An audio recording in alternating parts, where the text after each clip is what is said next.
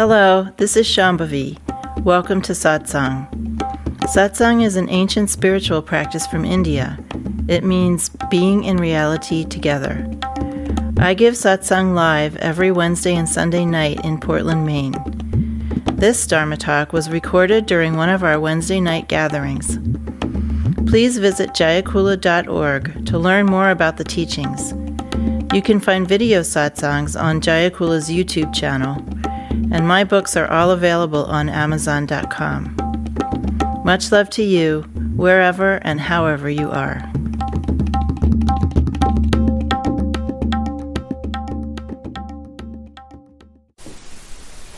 So, hi.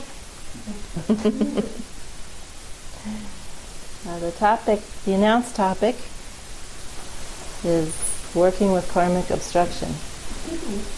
Good thing I came.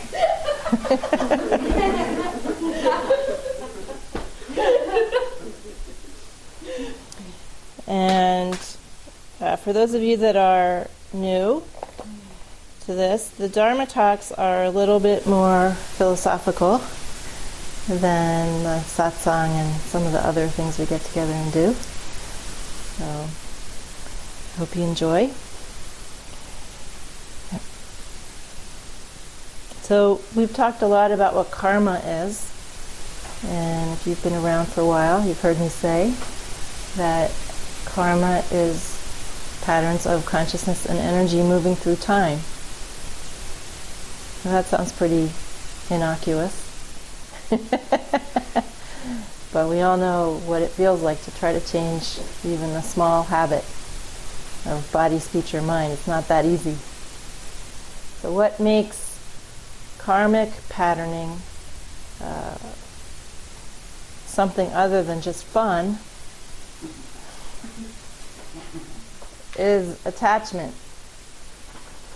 So we actually are having fun with our karma at first, and then we realize we're enslaved. What we thought was pretty fun turns out to be something that we don't have a lot of control over. And then we start thinking we have an obstruction. That's when we discover that karma has it in its grip. So what does the tradition have to say? What does Kashmir Shaivism have to say about karmic obstruction? Well, as you can imagine, if you know me and know the tradition a little bit, it says there's no such thing. There are no obstructions. There's only an experience of obstruction. And we experience obstruction in two instances. There's two kinds of experiences of obstruction that we have in general. Everything that's happening here is just Shiva nature. Every patterning of karma is equal to every other patterning of karma, whether it feels good to us or bad to us. From the perspective of Shiva nature, from your own enlightened nature, that perspective, every aspect of karma, every aspect of patterning of oneself has one taste, ekarasa, one taste. Flour and water shaped into a little piglet tastes the same as flour and water shaped into some other shape, right?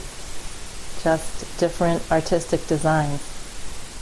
But part of that design is that we experience things in a certain way. So when we just want what we want, and we feel that the world isn't giving us what we want, we feel obstructed. That's the first kind of obstructive feeling that we have, that this world gives rise to. So, we're not really on a path, or we're not really fully into it yet. And, we go out and we find our car's been towed, and we throw a fit. And the fact that we parked in front of somebody's driveway really doesn't make any difference to us. We just feel obstructed.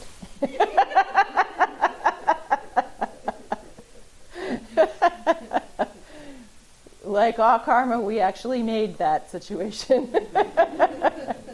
But we'd prefer to project it outward and, moan about the cops being so unfair and the neighbors being jerks and etc.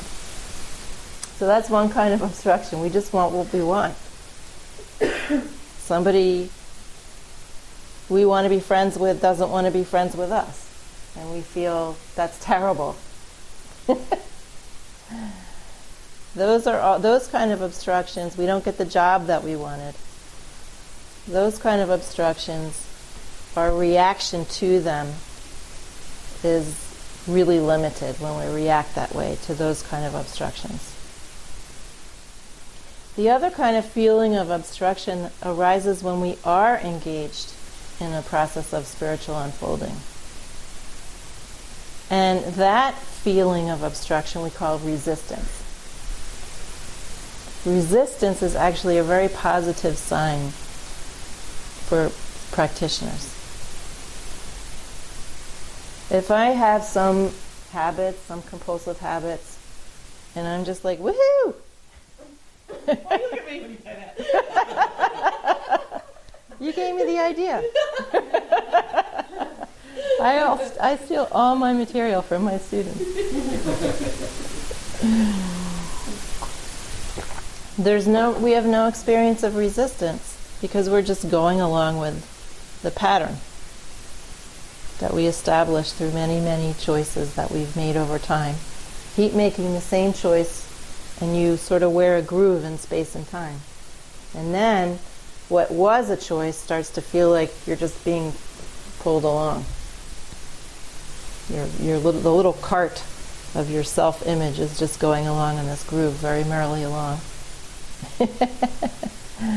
Let's say that we're very ambitious and we always want to be the best at everything, and we try very, very hard to be the best at everything we do so that everyone will think we're wonderful.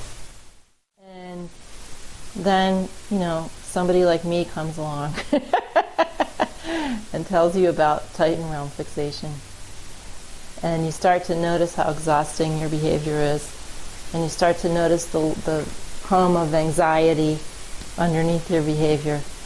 And then you start to notice that the thing you got rewarded for that you thought was so great, your perfectionism, your competitiveness, all that stuff that you get rewarded for and feels good. Oh, I won, that feels great. You start to notice, wow, it doesn't actually feel that good. It's actually built on a foundation of anxiety and exhaustion. And I actually can't stop. This thing that I thought I was doing out of my own free will, I actually can't stop. It's got me in its grip. And then you start to discover resistance. Maybe you decide you want to change, you want to do some practice. And then you discover resistance. Resistance, that feeling of resistance, of pushback from your karmas, only happens when you try to change them. So it's actually a good sign when you encounter resistance. It means that you are actually working with the momentum of your karmic patterns, and you're trying to put your energy in a different direction. And these patterns have literal momentum. They have literal force. They're consciousness and energy. They have force. And you encounter that literal feeling of force when you try to change something. So you might psychologize it. That's what we would tend to do in our culture today. You would come up for some psychological reason why it's difficult to change some kind of pattern of body, speech, or mind, of physical pattern, or an emotional pattern, or a mental habit. But when you get a little further along and you're a little more sensitive, you'll realize that you can actually feel the energy of that karma. It becomes tangible to you. And you get into almost, you can feel your relationship with that. You can feel yourself working with that. So the story about it, why it's this way, why it's so hard for you, because of what happened when you were 3, all that becomes much less important because you can actually feel these cosmic forces at work, and you're in the mix working with them. So that's a little bit later along the path. What do you do to work with these patterns? Well, first of all, you want to have view. View means how do you orient yourself to these patterns that make up how we show up in the world. Not totally, but in large part. There are several different kinds of karmic patterns that we are experiencing. Some of them are more or less individual. They have to do with our behavior, in our individual lives. Some of them are more related to ancestral or larger family groups, or cultural groups that we belong to, or ethnic groups that we belong to, or even national groups that we belong to. There are these group karmas that also we're working with in our lives. And then there are karmas that are even larger than group karmas. For instance, these really fundamental gender karmas, how we experience ourselves in the world as men and women, has a tremendous impact on us in our everyday lives, but they affect almost everybody the same way, more or less. And some people mistake those bigger karmas for their individual personal karmas. And that's a good thing to learn about and get out of, so that you know that you can work with this, but that, it's not, you didn't cause it. You didn't individually cause yourself to feel a certain way about yourself as a man or a woman, or to relate to men and women, and relate to the opposite gender or same gender in certain ways. There's certain sort of almost universal things going on. Gender is the most universal karma for really cosmic reasons, which I can't go into right now.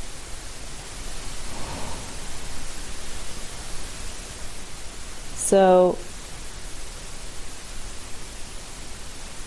first we have to realize that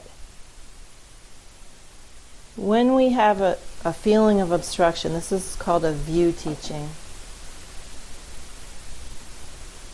When we feel held back, when we feel we're not getting what we want, this is an appropriate response to us. Everything that happens to us in life is a response. We respond to our world responds to us. This is this total conversation that's happening of Shiva nature with itself. We call it cause and effect, but that is really too narrow a way of thinking about the total mix that we're in of these infinity of responses. Response.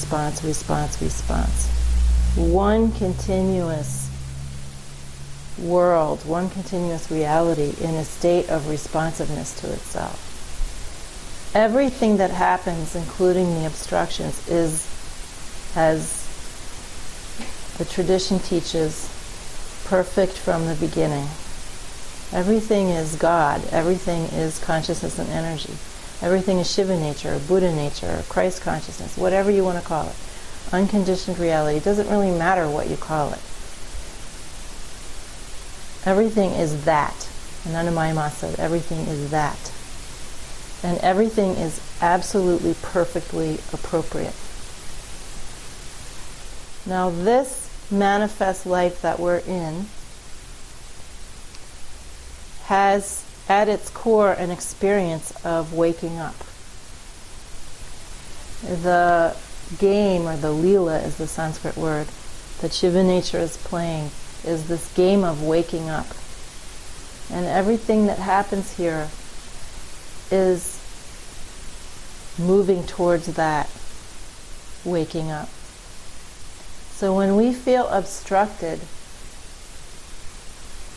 by illness, by bad finances, by things happening in relationships, things happening at work, whatever it is, we can even feel obstructed spiritually. We think we're not progressing, we're being denied something or other. Those are responses that's feedback from the world. That's feedback, and it's appropriate, and it's meant, and it is helpful. Sometimes we need to be held back. A very simple example of that is you want ice cream, and you really want it so bad that you're willing to run to the convenience store and buy this really crappy ice cream because it's the nearest thing and you just got to have it now. And while you ran out the door in your frenzy of got to have that ice cream, to go to the, what do they call the convenience store here? 7-Eleven. Your friend comes over with like this great Ben and Jerry's, but you missed it.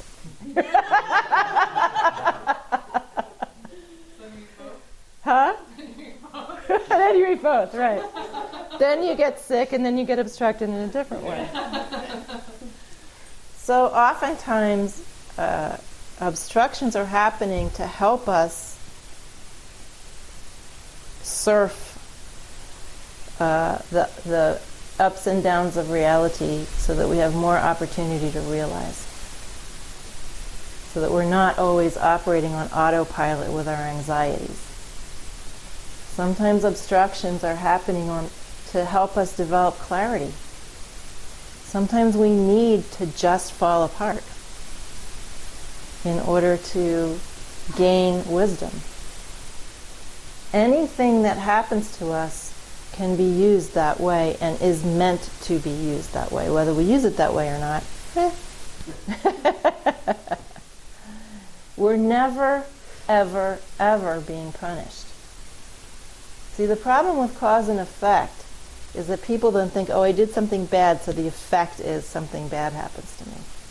That's why cause and effect is a kind of a dangerous way to think about this. Because then we think good causes and good effects and bad causes and bad effects. But there is no bad effect. There's only helpfulness. There's only beneficence. That's all there is. And whatever happens to us is a response that's precisely tailored for us. And even though we may not be able to see it in our limited view, it is intended to help us. It is intended to be an opportunity. Mm-hmm. Is there a real intent, or is it just kind of a structured way of... There's intent. So, this... But we don't need to think of it like, it's not meaning, it's pure beneficent responsiveness. Precise responsiveness. Mm-hmm. The causes are infinite. The responsiveness is infinite. Think of just an ordinary conversation that you're having with a friend. You're at a coffee shop, drinking your lattes. Think of how many nuances and flows and gestures and expressions and things are happening just in that one little conversation with your friend. And then enlarge that and think of the entire reality being in that kind of conversation, that experience of that kind of conversation. It's that subtle everywhere. One of the signal experiences of waking up is that you start to notice more of the conversation and you start to be able to participate in more of that conversation.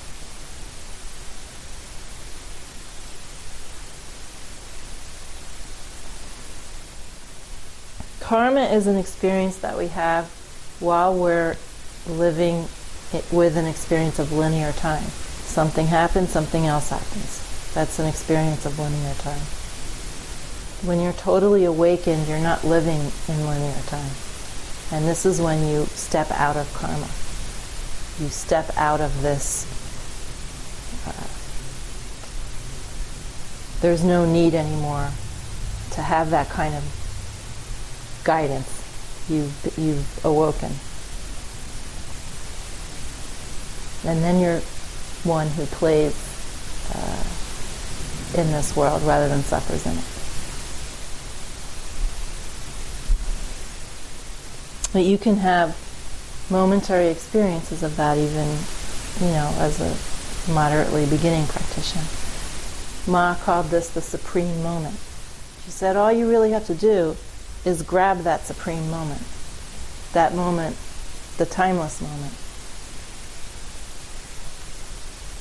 And then you're living in the sandhi, in the gap between all causes and effects, in that super spaciousness, that all-at-onceness. But let's get back to our ordinary lives. That all sounds good, and we can have little downloads of that, luckily for us.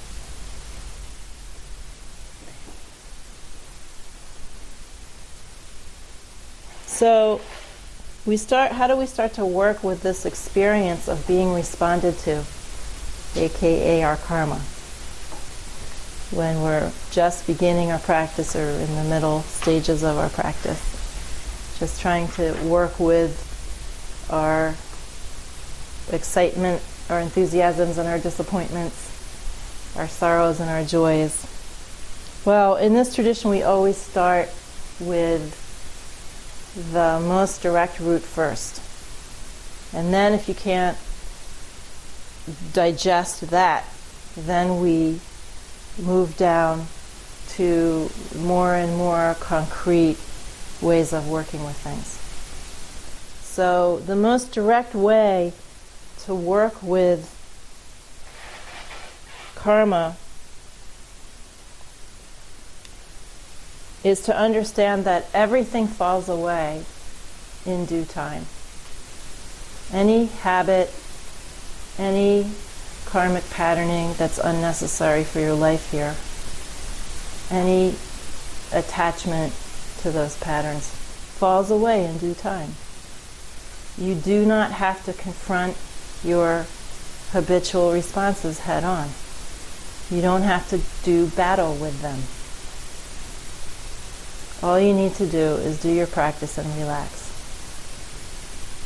And everything falls away in due time. Students often call me up or come over and tell me, I have this terrible problem. I masturbate too much. That's a common one, believe it or not.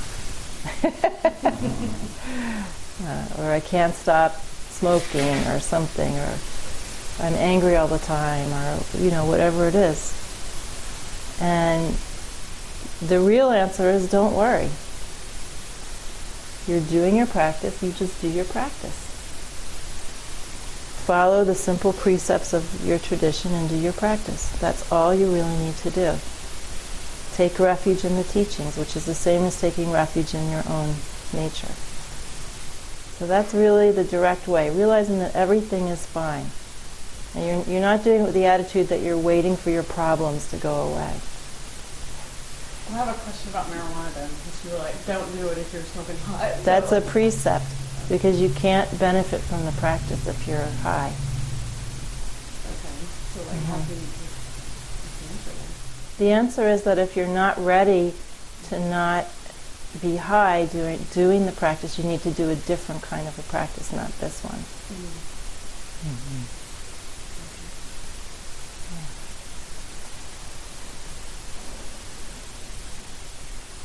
Which I'm going to get to in a minute.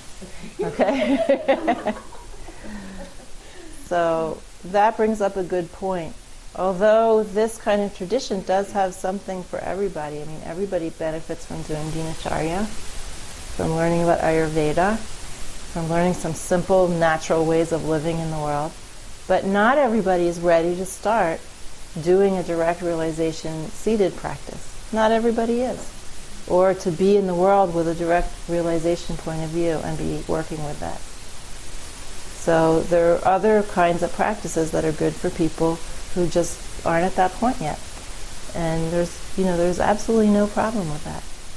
But the direct realization way of looking at all the things you think are so worrisome is that they are all Shiva nature showing up as that.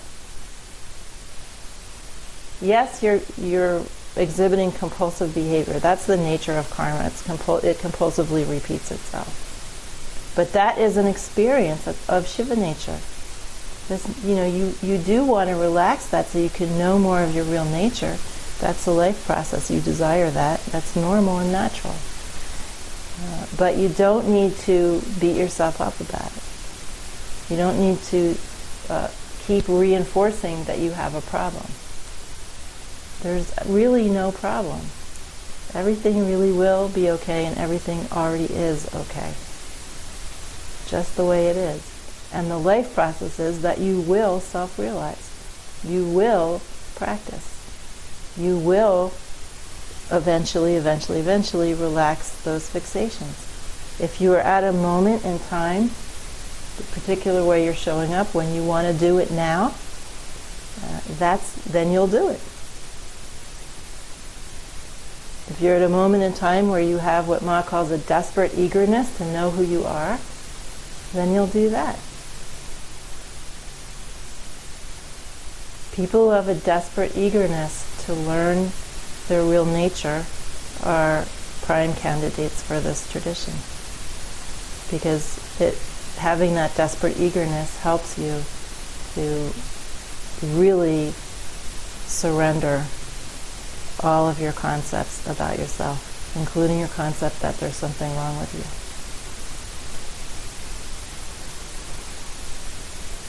But that's a tough one, right? We feel more comfortable with the model of, I have a problem and it needs to be fixed, and please tell me how to fix it. Some people were excited that I was going to talk about karmic obstructions tonight because they want to know how to fix their problems. There really is only one answer, and that is to know yourself, to know your real nature and embody that. That's the answer that's the only answer to anyone's problems. It's the only thing that's really going to fix what you think is wrong. Everything else is temporary. Everything else might make you feel good temporarily. I don't deny that at all. And, in terms of drugs, drugs are a form of intoxication that is an echo of being what's called having a divya bhava. Divya bhava means God intoxicated. People who drink and smoke pot and take drugs want to feel God. And that's why they do it. And that's why we do all stuff like that.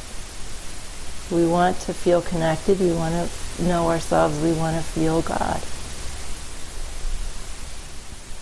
But in order to be in a real spiritual path, you have to have the clarity and just be at that particular moment in your life cycle when you're willing to really go for the real thing, full on. When you're not so scared that maybe it won't be there for you. So there's this wonderful writer I'm always quoting, Severa Sardui. He was a French-Cuban writer, and he drank. He was an alcoholic. And he was also a tantric, a Buddhist tantric. A brilliant, brilliant writer. He said, I drink because God denies me true intoxication. That's why we all do all the stuff that we do. All of our fixations are just about that. Trying to feel something that feels like God, that feels like connection, that feels like love. Even the most stupid things that we do are just about that. So understand that we can't do anything but that. Our nature is to discover who we are. That's what we do. And we do it in all different ways, even ways that backfire on us. Right? And understanding this should give you tremendous compassion for yourself and for other people. There's really never any reason to criticize yourself or anybody else, ever. Because everyone is doing exactly the same thing in their own way. You know, if somebody is holing up in their little house with their little family and never wants to see anybody else, and somebody else is out saving the world, they're both doing exactly the same thing. Just in their own way, you know. More or less limitation. That's all that differentiates anybody, is more narrow view or bigger view. That's the only thing that differentiates us. So there's really no reason to feel bad about yourself for anything you do. Everybody is doing their best. But when you get to that point where you're ready, then you can walk back from these more limited ways of expressing your divinity to more expanded, more comprehensive, more enlightened ways of expressing your divinity. When you're ready. It will happen. It's inevitable. And you know, I've always had this spiritual ambition, which is slowly being leached out of me, but hasn't quite been thoroughly leached out of me yet. You know, people sometimes say, oh, you practice so much and this and that. It really makes, you know, it doesn't make me better than anybody. I just was in a phase where I had that extreme desire. And those are just natural expressions of Shiva nature. That's all it is. The same as anybody else. So we all really are in the same boat. So starting from direct realization practice, working with your karmas, is you just do your practice and you don't worry about anything. You don't get all engaged with your fixations. You don't get all engaged in thinking about them. You just do your practice. Follow precepts, do your practice. That's it. And you relax. You just keep relaxing. You bring the fruit of your practice into your life and you just keep relaxing. That's all you do. You don't have to do anything else. You have the view that life is fine, that even my fixations are fine. This is direct realization practice. You don't have to cultivate virtues. You cultivate your practice and virtues arise naturally. People often worry about this. Shouldn't I be cultivating compassion? Compassion it's a force. You can't do anything about it. Cultivate away, but you know, it's not going to change compassion one bit. But if you feel like you have to cultivate compassion, that's fine. That's what you need to do in that moment. People worry, but if you look at realized beings, they're all extremely compassionate. So what are you worrying about?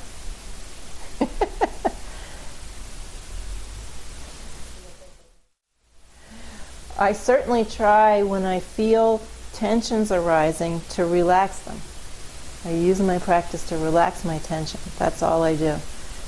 So if I feel tense in some moment, and then that means that compassion is blocked or kindness is blocked in some way, or my view is blocked, I try to relax. I just do my best to relax. But I'm not sitting there thinking, oh, I'm so bad, I should have been more compassionate to so-and-so. You know, I don't do any of that. I just try to relax.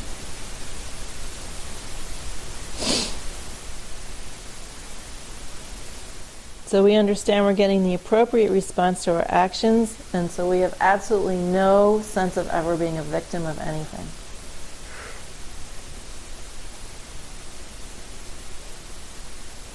How can we be victimized by our own divine self? It's completely nonsensical.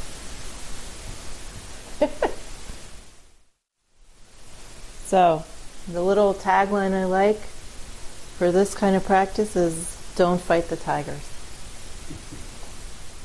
If you're on a path and a tiger jumps out and you stop to fight the tiger, all of a sudden you're off the path. All involved with the tiger. Tigers are pretty attractive, right? Just keep walking. Don't fight the tigers. Apply the wisdom you're given by the tradition, how to eat, how to sleep, doing your practice, integrating and relaxing. That is direct realization practice. Doing Guru Yoga, remembering your teacher, remembering the fruit of your practice when you're out and about. That's all you need to do. Anything else comes around, boop, just relax, just drop it. But how up to you, your job is to fight the tiger, to separate. Well, a lot of our jobs are to fight the tiger. Yeah. Well, it depends on you, where you're at. There's not a rule. There's not a rule.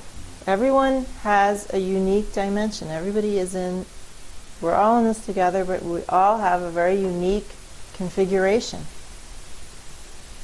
So, you haven't started practice yet. So don't worry about it.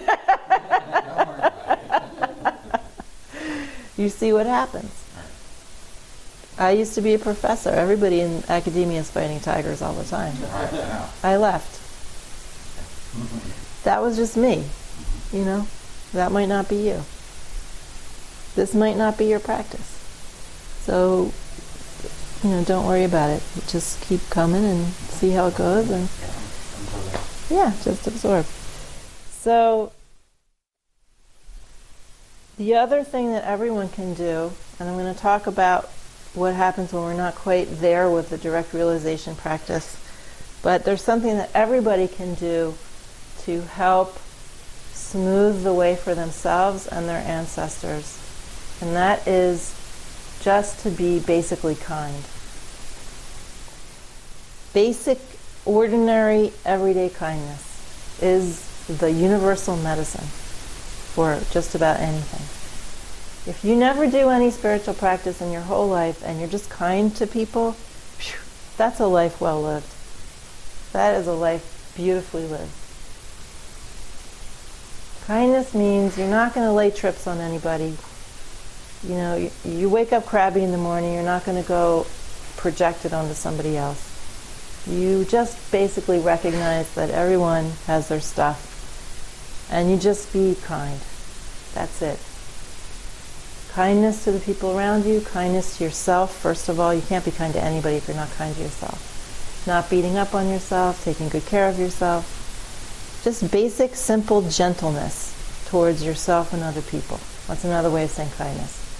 Basic, simple gentleness towards yourself and other people. Wishing people well. You can just wish people well. In those moments when you can. So you don't ever want to bother being insincere. That's silly. That just causes discomfort in you when you're insincere about stuff. So if you can't be sincerely kind, just do your practice. But in those moments when you can, recognize that you're just melting away karma when you're kind. But you have to start with yourself. The kindness has to start with yourself. If you go around like, I'm so kind, I'm going to be so kind to everybody, and that's just ego fixation. You must be kind to yourself. There's no skipping over that bit. That just means basically taking care of yourself. Really, really simple stuff. Resting when you're tired. Eating when you're hungry. Eating the right food. Not working too much.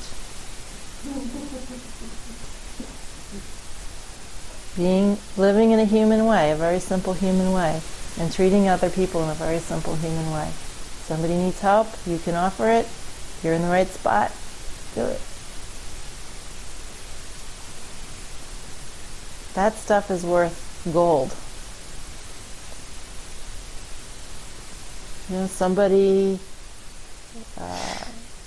we all have fixations, and when you are practicing for a while, what you'll find is, at first your fixations are just coming out all over the place, and then you'll start to notice sometimes they rise up, but they don't quite get out of your mouth.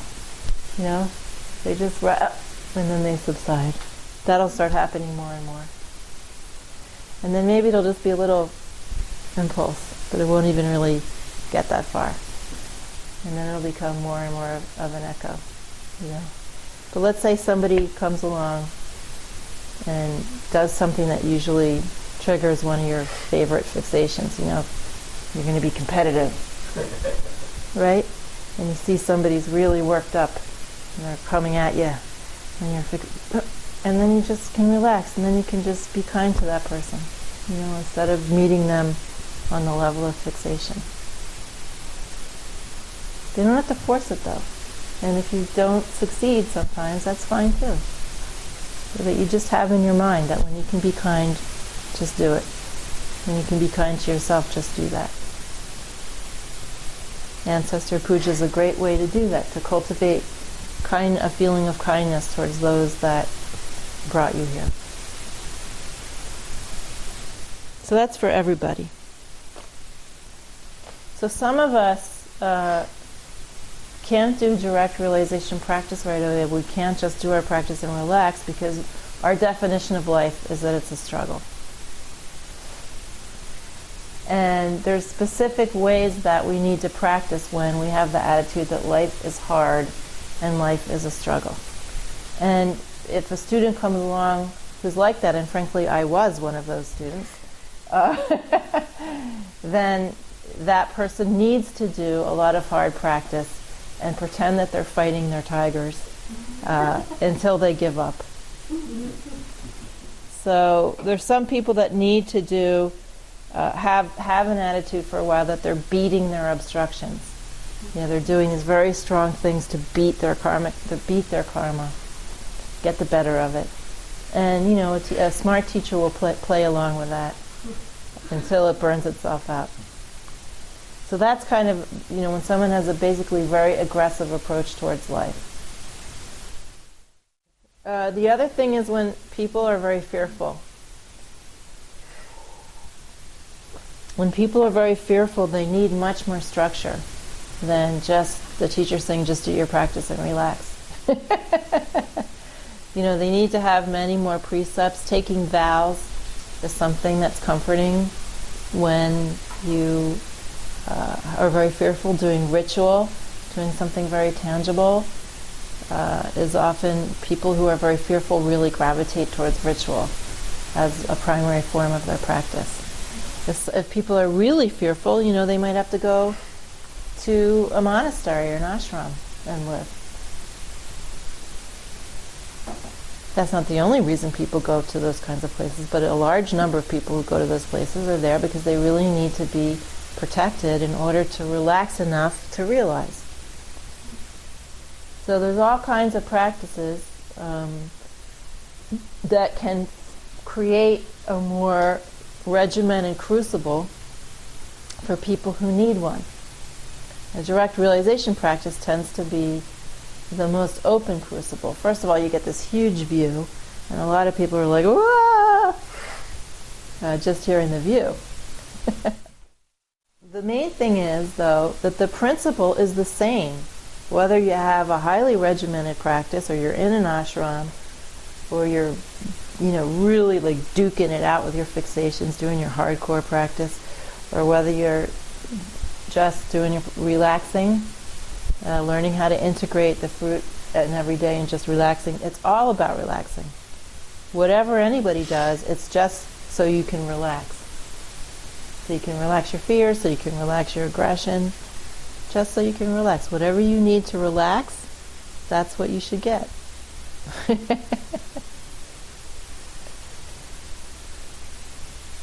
So this is how to work with karmic so-called obstructions.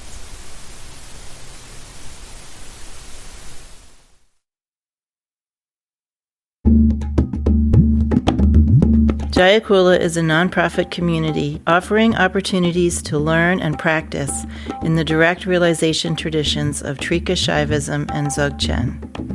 We are based in Portland, Maine and Portland, Oregon. Visit jayakula.org to explore more of our offerings.